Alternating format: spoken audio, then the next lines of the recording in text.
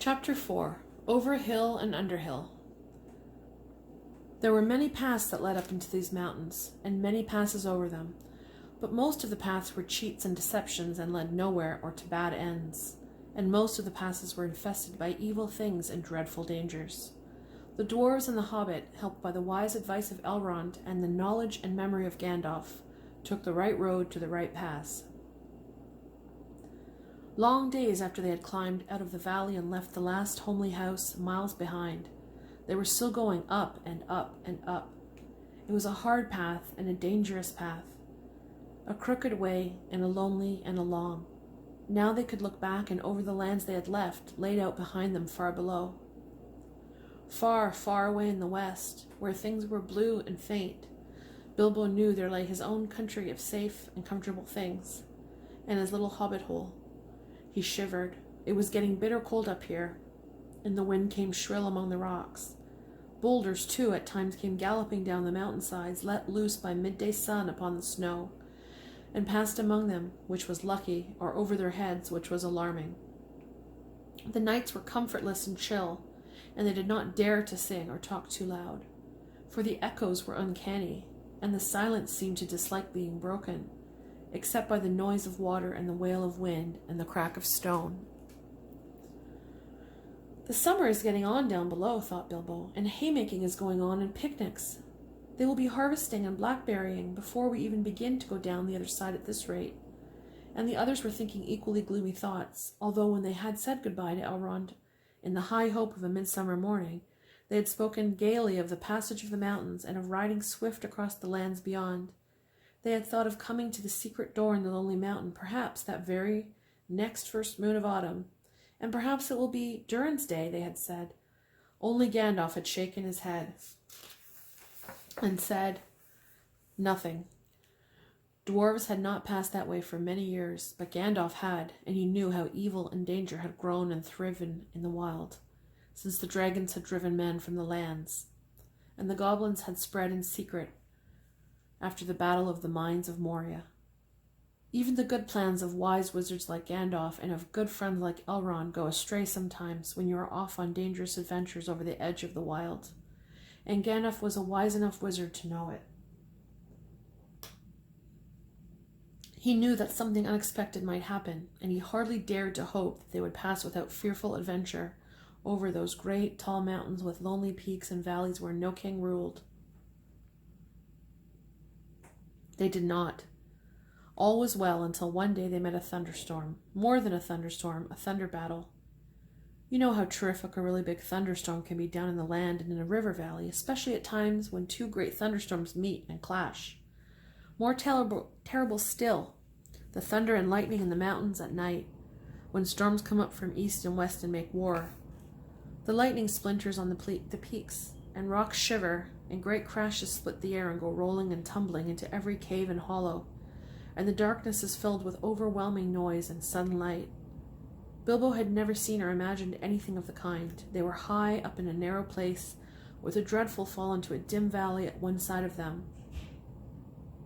There they were sheltering under a hanging rock for the night, and he lay beneath a blanket and shook from head to toe.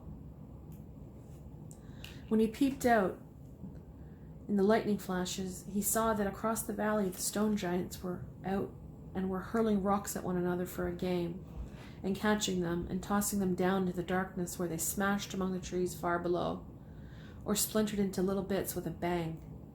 Then came a wind and a rain, and the wind whipped the rain and the hail about in every direction, so that an overhanging rock was no protection at all.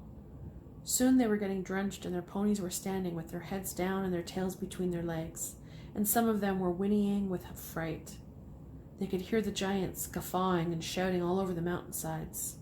"This won't do at all," said Thorin. "If we don't get blown off or drowned or struck by lightning, we shall be picked up by some giant and kicked sky high for a football."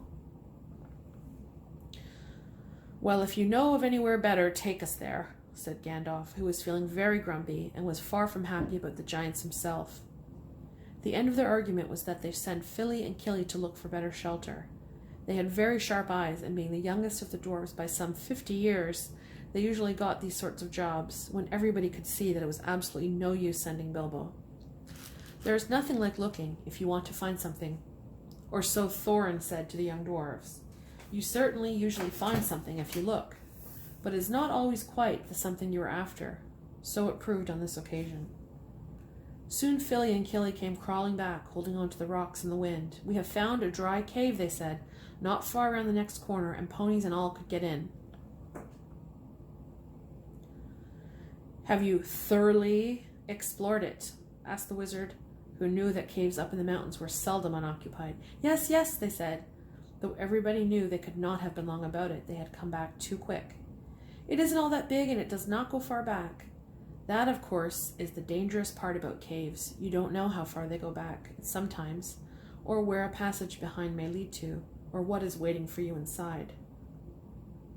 But now Philly and Killy's news seemed good enough, so they all got up and prepared to move. The wind was howling and the thunder still growling, and they had a business getting themselves and their ponies along. Still, it was not very far to go, and before long they came to a big rock standing out into the path. If you stepped behind, you found a low arch on the side of the mountain. There was just room to get the ponies through with a squeeze when they had been unpacked and unsaddled. As they passed under the arch, it was good to hear the wind and the rain outside, instead of all about them, and to feel safe from the giants and their rocks. But the wizard was taking no risks. He lit up his wand, as he did that day in Bilbo's dining room that seemed so long ago, if you remember, and by its light they explored the cave from end to end. It seemed quite a fair size, but not too large and mysterious. It had a dry floor and some comfortable nooks. At one end there was room for the ponies, and there they stood, mighty glad of the change, steaming, and champing in their nosebags. Oin and Gloin wanted to light a fire at the door to dry their clothes, but Gandalf would not hear of it. So they spread out their wet things on the floor and got dry ones out of their bundles. Then they made their blankets comfortable, got out their pipes, and blew smoke rings, which Gandalf turned into different colors and set dancing up by the roof to amuse them. They talked and forgot all about the storm, and discussed what each would do with his share of the treasure when they got it, which at the moment did not seem so impossible. And so they dropped off to sleep one by one. And that was the last time that they used the ponies, packages, baggages, tools, and paraphernalia that they had brought with them.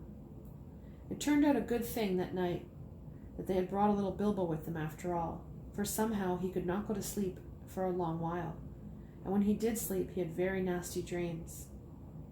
He dreamed that a crack in the wall at the back of the cave got bigger and bigger, and opened wider and wider, and he was very afraid but could not call out or do anything but lie and look.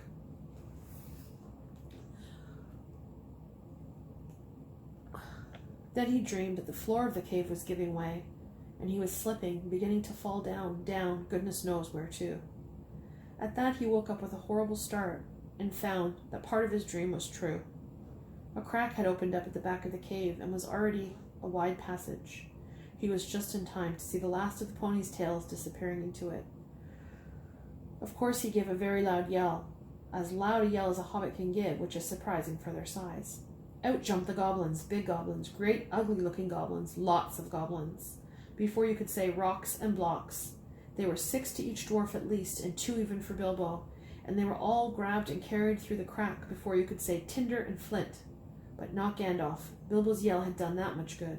It had wakened him up wide in a splintered second, and when goblins came to grab him, there was a terrific flash like lightning in the cave, a smell like gunpowder, and several of them fell dead. The crack closed with a snap, and Bilbo and the dwarves were on the wrong side of it. Where was Gandalf? Of that neither they nor the goblins had any idea, and the goblins did not wait to find out. They seized Bilbo and the dwarves and hurried them along. It was deep, deep, dark, such as only goblins that have taken to living in the heart of the mountains can see through. The passages there were crossed and tangled in all directions. But the goblins knew their way as well as you do to the nearest post office. And the way went down, and it was most horribly stuffy. The goblins were very rough, and pinched unmercifully, and chuckled and laughed in their horrible stony voices, and Bilbo was more unhappy even than when the troll had picked him up by his toes. He wished again and again for his nice, bright hobbit hole, not for the last time.